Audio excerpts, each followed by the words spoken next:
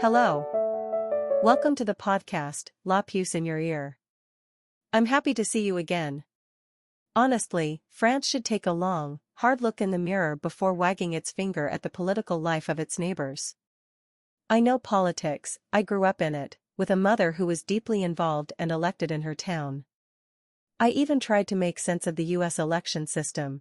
Bizarre as it is, in some states, you still vote by standing in different corners of a room, in others, machines have replaced people and paper ballots. That's America in all its chaotic glory. But after spending 2 years back in France, I was struck by something else. Too many elected officials here seem to forget that their mandate is not about them, it's about their constituents. And in some towns, the gap between principle and practice is staggering. Take the city where I landed. There, the mayor and his clique operate as if the town were their private fiefdom. Forget the collective good, their own interests take center stage. Want to open a business? First stop, City Hall, to present your project for approval. Not for legal reasons, but to check whether it aligns with the mayor's personal vision, or worse, whether it competes with one of his friends. Step out of line, and suddenly you're up against a wall of bureaucratic sabotage. Even business hours aren't spared. In France, shopkeepers are generally free to set their opening times, except for Sundays. But in this town?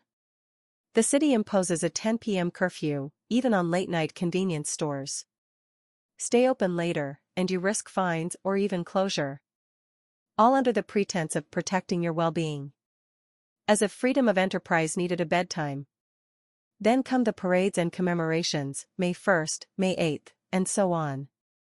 Empty streets, hollow ceremonies, officials marching for the sake of being seen. A sad spectacle of power clinging to tradition without meaning. Delegations are handed out like candy, not based on competence, but on loyalty.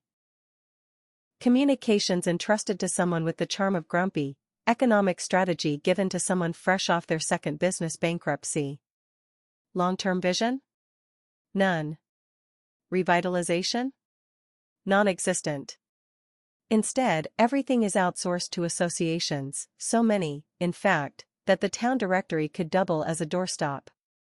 Subsidies flow generously, but unequally, depending on your closeness to the ruling circle. And yes, whispers of promotion canopy abound. Control is absolute, the mayor even demands to be present at every association's general assembly, intervening directly in discussions about future projects. Then he complains of burnout. Perhaps if he delegated instead of micromanaging every last detail, he'd have more energy left. Do I bear a grudge?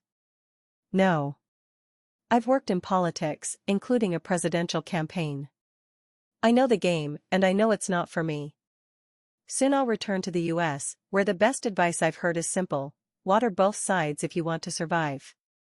In other words, stay on good terms with you. And honestly?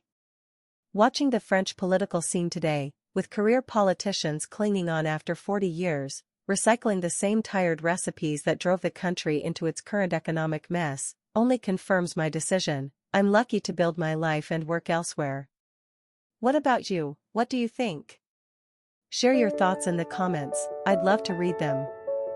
Thanks for listening, and see you soon for the next podcast. Ciao.